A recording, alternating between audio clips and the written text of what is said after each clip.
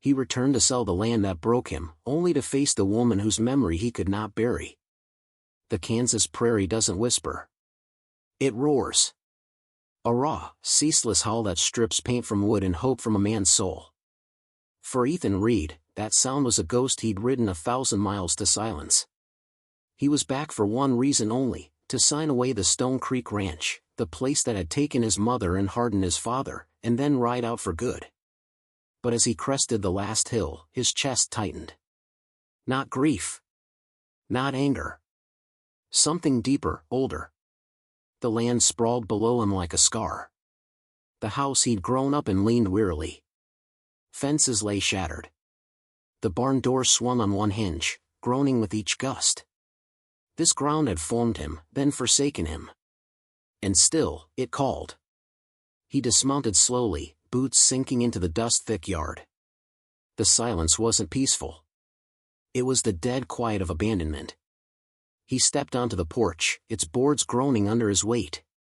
He pushed the front door open, expecting only decay and dust. Instead, he caught the faint scent of rosewater. His hand went to his pistol. That smell belonged to a ghost. A shadow shifted in the parlor's gloom. A woman stepped into a sliver of dying light.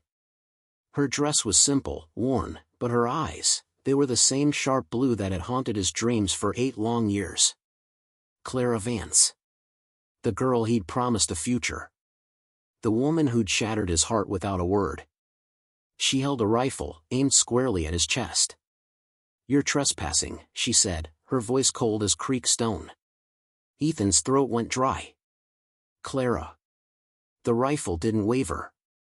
"State your business, Mr. Reed." "My business is standing on my own land," he said, forcing steel into his voice. "My father is dead. I've come to settle his affairs. We buried him 4 days past. You weren't here." Her grip tightened. "I was riding herd in Texas when the news came." "Now lower the gun." "I mean you no harm." "The man I knew wouldn't have stayed away so long," she countered. "People change," Ethan shot back. "The law hasn't. This ranch is mine." "Why are you here, Clara? Did your husband send you to collect the debt?" Something flickered in her eyes. The barrel dipped an inch. "James passed last fall," she said softly. Ethan felt a pang of unexpected sorrow. "I'm sorry. He was decent." She looked away, then back, resolve returning. "As for me, I live here now. I moved in last season to tend to your father when the fever took his strength." Ethan stared, the room seeming to tilt. His father, a bitter and solitary man, had let her in? Why would he do that? Clara didn't answer. Instead, she crossed to an old oak desk, pulled out a folded parchment sealed with dark wax, and handed it to him. He amended his will a month before the end. "Read it." His fingers, stiff from the ride, broke the seal. Legal script swam before his eyes. Then one line sharpened into terrible clarity. The ranch wasn't his to sell. Not alone. He read it aloud, disbelief hollowing his voice. "The Stone Creek Ranch shall pass jointly to my son, Ethan Reed, and to Clara Vance, on condition they both reside upon and work the land for 1 full year." He looked up, the paper trembling. "He chained us together. He knew you'd want to flee," she said. "And he knew I had nowhere left to run." Ethan's gaze swept from her weary face to the ruined land outside. A cage built by a dead man's last, cruel joke. "I'll fight this in court."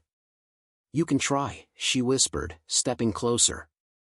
He could smell the rosewater again. "But the bank assessor rides out on Monday. If this place isn't working, they'll foreclose. You ran once." Her voice dropped. "Will you run again, or will you stay and fight?" The wind screamed against the house, an answer in itself. For the first time in 8 years, Ethan Reed was trapped. Sleep wouldn't come. The house moaned like a living thing. At first light, Clara moved through the kitchen as if it were her own. Ethan watched from the hallway, the smell of brewing coffee twisting a knot in his gut. It felt achingly familiar. It felt like a trap. I'm riding to town, he announced, buckling his gun belt. I need to see the lawyer. Suit yourself, was all she said, not turning from the stove. Her calm was infuriating. Purgatory Springs hadn't changed. The stares of the townsfolk felt like physical blows. He tied his horse and entered the lawyer's office without knocking. Attorney Silas Morrow looked up, startled. Ethan Reed. My condolences. Is it legal? Ethan demanded, slamming the will on the desk. Morrow read slowly, then nodded. It is. Your father was of sound mind. Why her? Morrow removed his glasses. Because she showed him a kindness no one else would. She gave him peace at the end. He trusted her. The truth, laid bare, was a bitter pill. And what about Booth? Ethan asked. The cattle baron who bordered their land. Morrow's face clouded. He knows. He expected to buy Stone Creek for pennies. Your return complicates things. Watch your back, son. Booth's hired a new man, Cutter. Nasty piece of work. A chill settled in Ethan's bones. He rode back as the sun bled into the horizon. Clara was on the porch, mending a shutter. Fresh, deep boot prints circled the corral. We had visitors, she said flatly. Ethan checked his pistol. Booth. There's more. Inside, she unfolded a cloth on the table. A rock, split open, gleamed with a raw, yellow seam. Gold. Ethan picked it up, its weight ominous. Where? Your father found it in the North Creek. He wasn't just sick, he was prospecting. If Booth knows about this. A gunshot exploded, shattering the window above their heads. Clara cried out. Ethan shoved the table over, pulling her down behind it as more shots ripped through the wall. Come on out, Reed, a voice taunted from the yard. We just want to talk. Cutter. Ethan peered out. 4 men advanced from the treeline. Another was sneaking toward the porch. They're trying to flush us, he hissed. Can you shoot? Clara scrambled to the corner, grabbing a shotgun. Loaded. Watch the back. If that door opens, don't hesitate. Ethan fired 3 rounds through the broken window. 1 man stumbled, but the rest kept coming. Burn it. Cutter's voice roared. Panic gripped Ethan. Fire meant total loss. The root cellar. Now. They scrambled toward the pantry. Clara yanked open the hidden hatch. Darkness yawned. Go, he ordered. She dropped down. He fired his last shot and followed, pulling the door shut just as the roar of flames and splintering would fill the house above.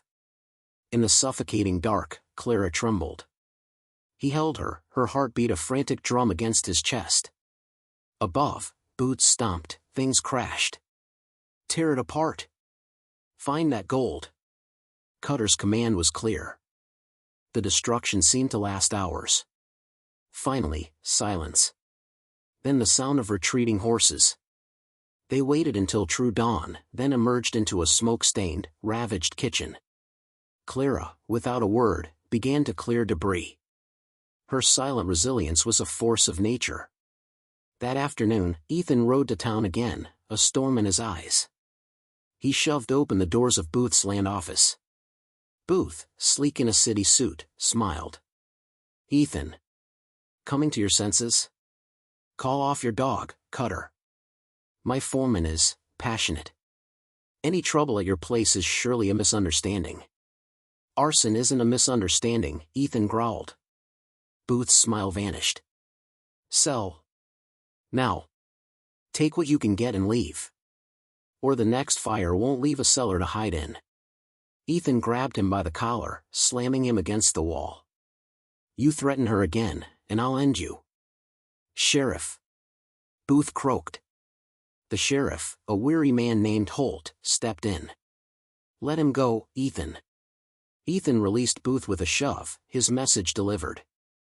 He bought nails, planks, and bullets with his last coins. As he loaded his wagon, a voice spoke from the alley. Looks like you're fixin' for a war. Ethan turned. Jed, an old ranch hand from his youth, leaned against a post, older and leaning on a cane, but eyes still sharp. I can't pay you, Jed. Didn't ask. Booth ran my nephew off his homestead. I reckon I owe him a disagreement. Back at the ranch, Clara's face softened at the sight of Jed. That night, after repairs, Jed took first watch. Ethan found Clara on the porch, watching the stars. I asked about James today, he said quietly. She went still. And? They said his family bought up your father's notes. That the marriage settled his debts. Clara turned, eyes blazing. Is that what you believe? That I was sold? I don't know what to believe. Ethan's frustration broke through. I wrote to you. Every week for a year. I told you I was coming back for you. Then I got a note saying you were married. Her anger melted into shock. Ethan. I never got a single letter. I waited. 4 months.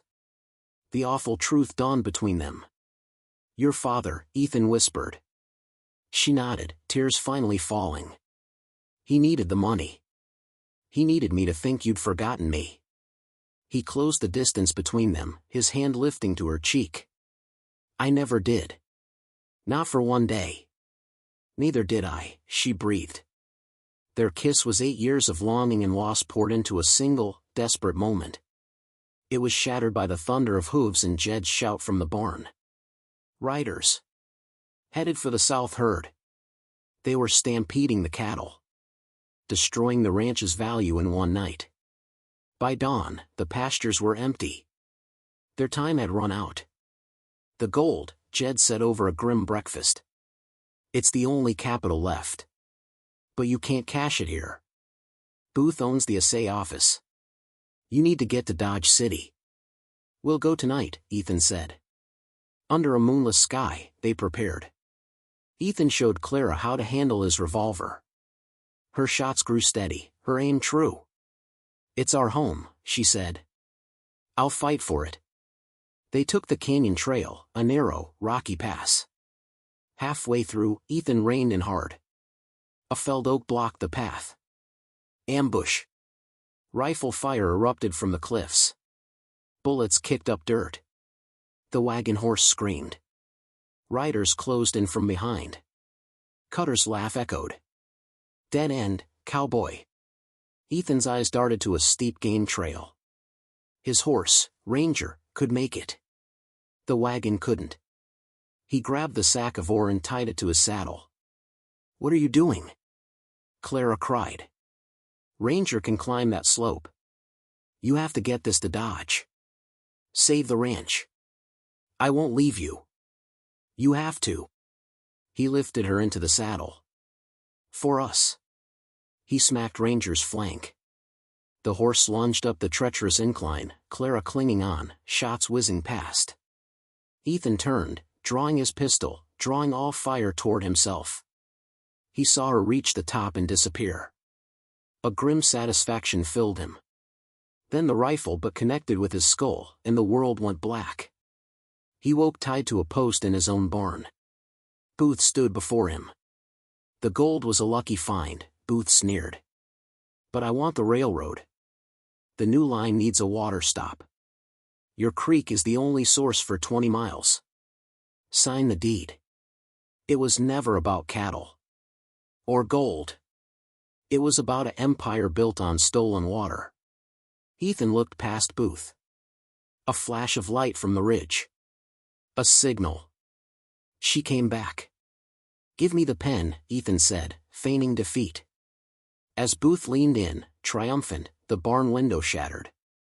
A single rifle shot rang out. Cutter dropped. Ethan erupted from his bonds, tackling Booth to the dirt. The deed scattered.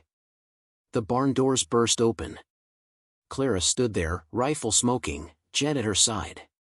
It's over, Booth. Sheriff Holt arrived, finding Cutter wounded and ready to talk. The plot unraveled. A week later, the deed to Stone Creek was secure, stamped and legal. the first green shoots of new grass were pushing through the prairie soil. At dusk, Clara stood on the rebuilt porch. Ethan came behind her, wrapping his arms around her waist. "You staying?" she asked, leaning back into him. He kissed her hair, the scent of rosewater and earth filling his senses. "I'm already home." And for the first time, he meant it. If this story of lost love and a hard-won home resonated with you, please give this video a like and subscribe to Winds of Thought for more tales that stick with you.